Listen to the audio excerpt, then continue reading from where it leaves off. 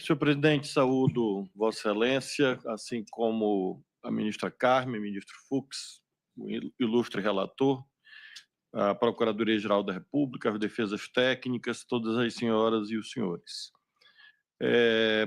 Farei apenas considerações de caráter geral que fundamentam o meu voto. Em primeiro lugar, no tocante à materialidade, além dos elementos que foram mencionados pelo excelentíssimo relator, nós tivemos as próprias sustentações orais que, de um modo geral, vão no sentido da materialidade. Algo que me chamou a atenção, ministra Carmen, que o eixo central das sustentações orais, de um modo geral, das defesas, não foi tanto descaracterizar as materialidades e sim afastar autorias, afastar os seus patrocinados, seus clientes, do itinerário delituoso ou em tese delituoso, o que também, obviamente, corrobora a densidade desse acervo probatório que foi muito bem escandido e delineado pela Procuradoria-Geral da República e pelo relator. Em relação à materialidade, e também em homenagem à elevada qualidade das sustentações orais, há, às vezes, houve aqui e em outros momentos, um debate quanto aos elementos da violência e grave ameaça, porque, de fato, são essenciais aos tipos penais que, em tese, sustentam essa imputação formulada pelo Ministério Público. O vídeo trazido pelo relator reforça aquilo que, seguidamente, e não só no 8 de janeiro, foi apresentado. É importante lembrar que nós estamos tratando de fatos que vêm de 2021, em continuidade normativo típica, falarei sobre isso em seguida, e chegam até, em tese, ao 8 de janeiro. Ora, neste período, houve sim a apreensão, consta dos autos, inclusive a apreensão de armas em vários momentos, inclusive no 8 de janeiro. Entendido, e novamente me valho do relatório do Departamento de Justiça dos Estados Unidos sobre o 6 de janeiro, quando eles fizeram análise sobre os 48 meses de ataque ao Capitólio, eles dizem assim, literalmente com tradução livre, conforme comprovado no tribunal, as armas usadas e transportadas no Capitólio incluem armas de fogo, havia isto, claro, spray, tasers, armas brancas, vírgula, incluindo espada, machados e facas, instrumento de trabalho que foram usados como armas. E armas improvisadas, como móveis de escritório destruídos, aqui vimos essa soldado, Marcela, falando em barra de ferro, cercas, bicicletários, escudos anti-motim roubados, tacos de beisebol, tacos de hóquei, mastros de bandeira, canos de PVC e luvas reforçadas. Então, é este conceito de arma que nós estamos tratando aqui, este conceito que esteve no 6 de janeiro, lá no Capitólio, e que, infelizmente, esteve presente em vários momentos, como o senhor relator lembrou, desde bombas, e é interessante que consta dos autos que este senhor da bomba, ou estes senhores da bomba no aeroporto, no dia 23 ou 24 de dezembro, menciona que obtiveram os materiais no acampamento do Exército, mostrando um liame, portanto, entre esses vários momentos que estão aludidos na denúncia. Lembro que muitos dos participantes eram policiais e membros das Forças Armadas, e estes, não há dúvida, esses só andam armados. Eu não conheço um que não ande armado, seja os da ativa quanto os já reformados. Todos andam armados. Há alguns que são mais apaixonados pelas suas armas do que pelos seus cônjuges. Dormem com as armas debaixo do travesseiro. Dormem com as armas na cama. Dormem com as armas ao lado da mesa de cabeceira. Transportam para onde vão. Eu fui governador de um estado, fui ministro da Justiça, essa é a realidade. Então, se havia, como de fato havia, inequivocamente, no conjunto de atos, a presença de integrantes das forças policiais e das forças armadas, não há dúvida, estavam armados, porque essa é da natureza da função, diria que mais do que um direito, é um dever, e houve, ministra Carmen, apreensão de armas, inclusive nos ônibus, consta também nos inquéritos policiais quanto ao chamado 8 de janeiro. A tipificação, portanto, do 359L e do 359M, em tese é possível. E não é uma novidade no direito brasileiro essa dupla tipificação. Ela vem de antes. Se nós lembrarmos a Lei de Segurança Nacional, em relação à qual há continuidade normativa típica, e esse é um detalhe importante na avaliação da materialidade e da viabilidade ou da justa causa, porque alguns dos fatos elencados antecedem a lei atual 14.197. E aí alguém poderia dizer, não havia tipicidade. Ocorre que havia uma tipificação quase igual, e eu tenho aqui uma referência doutrinária de um senhor chamado Michael Procópio. O senhor conhece, ministro Fux, esse cidadão? Me disseram que trabalha com o senhor. O Michael, né? Michael ou Michael, né? Porque lá no Maranhão tem um vereador que me apoia, preteritamente me apoiava, ele era conhecido como Michael Jackson. Que era Michael Jackson, né? Claro. Mas este caso, eu não sei se ele gosta de ser chamado de Michael ou de Michael. Mas, enfim, se ele quiser homenagear o Trump, é Michael. O senhor Michael Procópio e outros que aqui pesquisei, todos falam dessa duplicidade por conta da largueza dos bens jurídicos tutelados. Se nós formos à extinta e, em boa hora, sepultada Lei de Segurança Nacional, os artigos 17 e 18, ela já tratava em dois tipos penais diferentes. De um lado, tentar mudar com o emprego de violência ou grave ameaça a ordem, o regime vigente ao Estado de Direito. Esse era um crime, reclusão de 3 a 15. E no outro, 18, tentar impedir com o emprego de violência ou grave ameaça, esses elementos sempre presentes, como na lei em vigor, o livre exercício de qualquer dos poderes da União dos Estados, reclusão de 2 a 6. Então, este debate sobre absorção ou consunção, que não é feito, obviamente, no recebimento da denúncia, é cabível, mas ele antecede a lei de setembro de 2021. Essa lei foi sancionada, por coincidência, pelo senhor Jair Messias Bolsonaro, e tendo como referendo dos senhores Anderson Torres, Walter Braga Neto, Damares Alves e Augusto Heleno. Portanto, é uma lei bastante recente, foi exatamente neste governo cujas pessoas estão aqui eventualmente acusadas. Portanto, nós não temos casuística em relação a esta lei, mas podemos sim remeter a essa ideia de que há, como de fato há, na minha perspectiva, continuidade normativa típica, e por isso a construção doutrinária pretérita serve para nós admitirmos, em tese, a possibilidade, sim, de concurso de crimes como nós temos feito. E por que nós temos feito nos nossos julgamentos? Imaginemos que aquele aglomerado de pessoas tivesse se dirigido apenas ao Palácio do Planalto, no dia 8 de janeiro. Haveria a tentativa de depor o governo legitimamente eleito.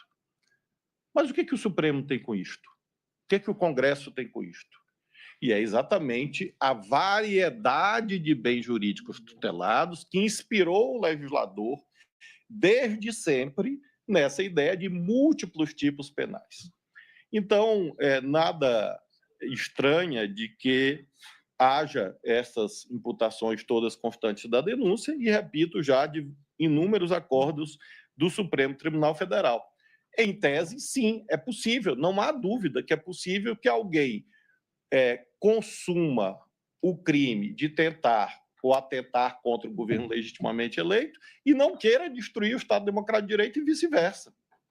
Em tese é possível. Ministro Flávio, permite? Por não.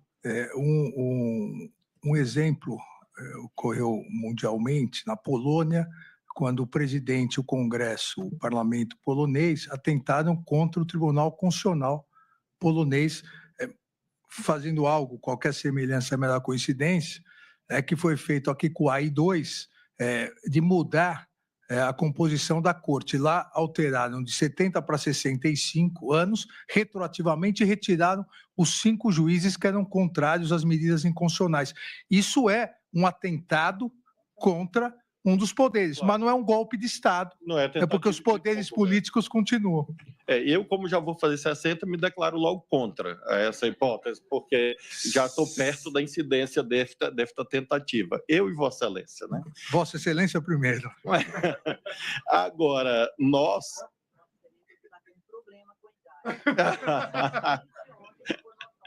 É por conta do peso em mim. Mas, voltando, portanto, à temática do concurso ou da absorção, é claro que isso vai ser debatido em tese. Mas, quanto à materialidade, não há dúvida quanto à sua viabilidade. Exatamente porque houve o ataque ao Supremo, ao Congresso, ao TSE e ao Palácio Planalto em outro momento. É claro que, quanto aos fatos supostamente existentes, que serão objeto de instrução, que antecedem o dia 1º de janeiro de 2023, é claro que quem eventualmente estava ali perpetrando aqueles atos não queria depor o governo do qual fazia parte. Óbvio. E aí nós teremos, portanto, o debate de provas para a configuração ou não. Agora, como proposta de que haja a conjugação, o concurso entre esses crimes, a inviabilidade técnica, claro que não, pelo contrário. E desde sempre, como mencionei, há essa ideia de múltipla tutela em relação a esses bens jurídicos primaciais. Como a ministra Carmen foi elogiada pelo presidente Trump, e eu não vou ficar atrás, eu trouxe um precedente da senhora, desta primeira turma. Eu trouxe um da ministra Rosa também. E a ministra Carmen, em 2007, disse o seguinte, nesta primeira turma: não é lícito ao juiz, no ato de recebimento da denúncia, quando faz apenas juízo de admissibilidade da acusação, conferir definição jurídica aos fatos narrados na peça acusatória. Poderá fazê-lo no momento da prolação da sentença. Então, claro que nós não estamos aqui fazendo classificação jurídica em relação aos fatos. Faremos no momento próprio. E a ministra Rosa, já mais recentemente, em 2013, no mesmo sentido, assentou, nesta primeira turma, que a sentença é um momento processual oportuno para emendar-se libere, até o do 383, apenas quando houvesse uma repercussão na definição da competência, que poderia haver essa antecipação da classificação jurídica. Disso não se cuida, portanto, eu tenho total conforto doutrinário, jurisprudencial, para, nesse aspecto, reconhecer esta materialidade em tese existente, tanto quanto ao 359L, quanto ao 359M. E aí vem uma ideia, não, mas isso leva a uma desproporcionalidade das penas. É importante deixar claro, quem define os trilhos da proporcionalidade da pena, primariamente, não é o Poder Judiciário, é o Poder Legislativo. E, ao fazê-lo, neste caso, nós temos, inclusive, matriz constitucional. Se nós formos no artigo 5º, inciso 54 da Constituição, lá está dito: constitui crime inafiançável e imprescritível a ação de grupos armados, civis ou militares, contra a ordem constitucional e o Estado democrático. Então, a Constituição, desde os primórdios, portanto, da fundação da ordem jurídica em vigor, definiu como altamente gravosa essa conduta. E, portanto, o juízo de proporcionalidade tem extração constitucional. E veja, a Constituição não fala em pessoas armadas, grupos armados. Porque há, às vezes, essa ideia, não, mas fulano de tal estava apenas com uma Bíblia. Eu, de fato, ministro Alexandre, imagino, pela minha fé religiosa, que se a pessoa passa em frente à Catedral de Brasília, nos edifícios mais belos da arquitetura do mundo, e resolve rezar, ela não vai rezar na frente do Congresso Nacional. Ela entra na catedral e lá reza, ora, pode. Aliás, Deus é onisciente, onipotente, está em todo lugar.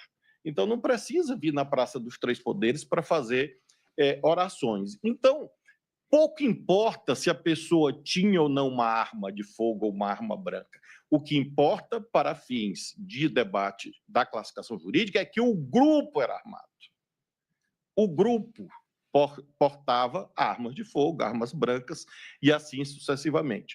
Portanto, o Congresso Nacional, quando fez esta dosimetria da lei em vigor, o fez cumprindo a Constituição.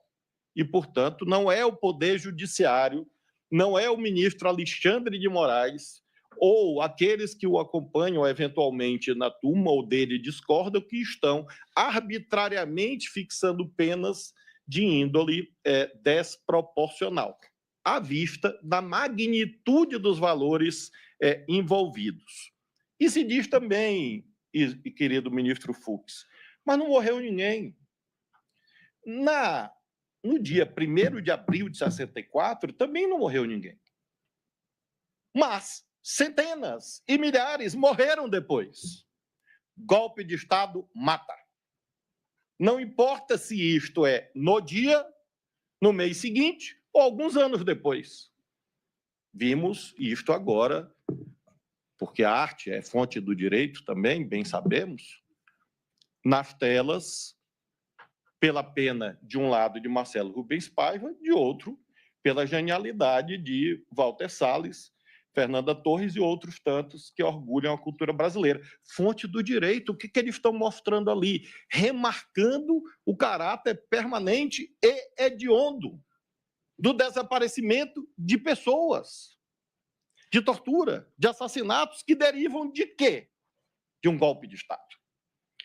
Então, aqueles que nos anos 20 e 30 do século XX normalizaram a chegada de Mussolini e Hitler ao poder, dizendo, este é um processo normal, certamente se arrependeram quando viram as consequências nos odientos campos de concentração, vitimando o povo judeu e outras tantas minorias na Europa. Portanto, golpe de Estado é coisa séria. É falsa a ideia de que um golpe de Estado, ou uma tentativa de golpe de Estado, porque não resultou em mortes naquele dia, é uma infração penal de menor potencial ofensivo ou suscetível de aplicação até de um princípio da insignificância, a excluir a tipicidade. Isto é uma desonra à memória nacional. Esse tipo de raciocínio é uma agressão às famílias que perderam familiares no momento de trevas da vida brasileira. E isto reverbera em um tribunal na medida em que, repito, nós não estamos aqui friamente cumprindo a ordem jurídica sem levar em conta aquilo que o ministro Fux, meu amigo tão querido, sempre lembra quanto ao consequencialismo, que é um mandamento legal. O Tribunal Constitucional ele não pode ser consequencialista. Ele é obrigado a ser consequencialista. É da natureza dele, inclusive pela sua condição de órgão de cúpula do Estado. Então, sob todos esses aspectos, eminente presidente Cristiano Zanin, penso que, se não morreu, poderia ter morrido. Acho, portanto, que a denúncia possui os atributos fundamentais da materialidade, da viabilidade, porque houve violência e essa violência poderia ter produzido danos de enorme proporção, e o fato de isto não ter se configurado não exclui a tipicidade definida em lei, basta ler o tipo penal para compreender que a conduta é atentar, por uma razão simples. Se fosse consumado, o golpe de Estado não tinha viabilidade na persecução penal, porque não haveria juízes para julgar. E é por isso que, corretamente, o legislador, não é o Supremo, é o legislador, e o Poder Executivo que sancionou a lei, previu o crime com esses contornos a que fiz alusão. Finalmente, concluo meu voto lembrando quanto à autoria. Penso aqui, ministra Carmen, que o relator já nos poupou, eu anotei, como disse, ao longo das sustentações e com a leitura dos autos, indícios, a meu ver, razoáveis em relação a cada um dos acusados, porque justiça não é justiçamento. É claro que as pessoas têm que ser julgadas de per si, independentemente do seu nome, da sua história, como aludi ontem. Temos que aferir as condutas, uma a uma, independentemente do juízo moral ou de qualquer outra natureza que nós tenhamos sobre essas pessoas. Isso não comparece no tribunal. A toga serve para isso. E o que nos distingue de ditadores é que a nossa subjetividade é controlada pelas normas jurídicas. Se não houvesse normas jurídicas, não haveria direito, não haveria segurança para todos que este Supremo sempre deu, com seus acertos e erros, inerentes a qualquer instituição humana. Mas se nós olharmos, desde o alvorecer da República, temos que dar razão a Campos Salles. É a joia das instituições republicanas, disse Campos Salles, como quando ministro da Justiça no primeiro dos governos republicanos. Então, de um modo geral, creio que o Supremo terá as condições de, ao longo da instrução, aferir esses indícios de per si para identificação da participação concreta de cada um. E acho, de fato, razoável, alguns disseram isto, olha, não há liame entre um evento e outro. Claro que é absolutamente razoável e essa matéria probatória. Eu lembro, ministra Carmen, de uma história das lendas políticas do Maranhão, que na década de 50 resolveram invadir o Palácio do Governo do Estado. E aí havia um cidadão muito corajoso, cujo ele era conhecido como bota para moer, bota para moer. E aí entregaram a bandeira do Brasil, nesse tempo só se usava a bandeira do Brasil em manifestação, botaram o bota para moer bem na frente.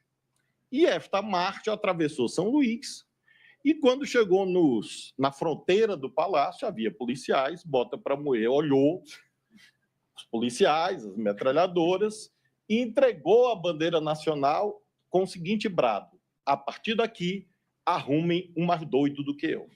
Então, é possível que alguém tenha desistido.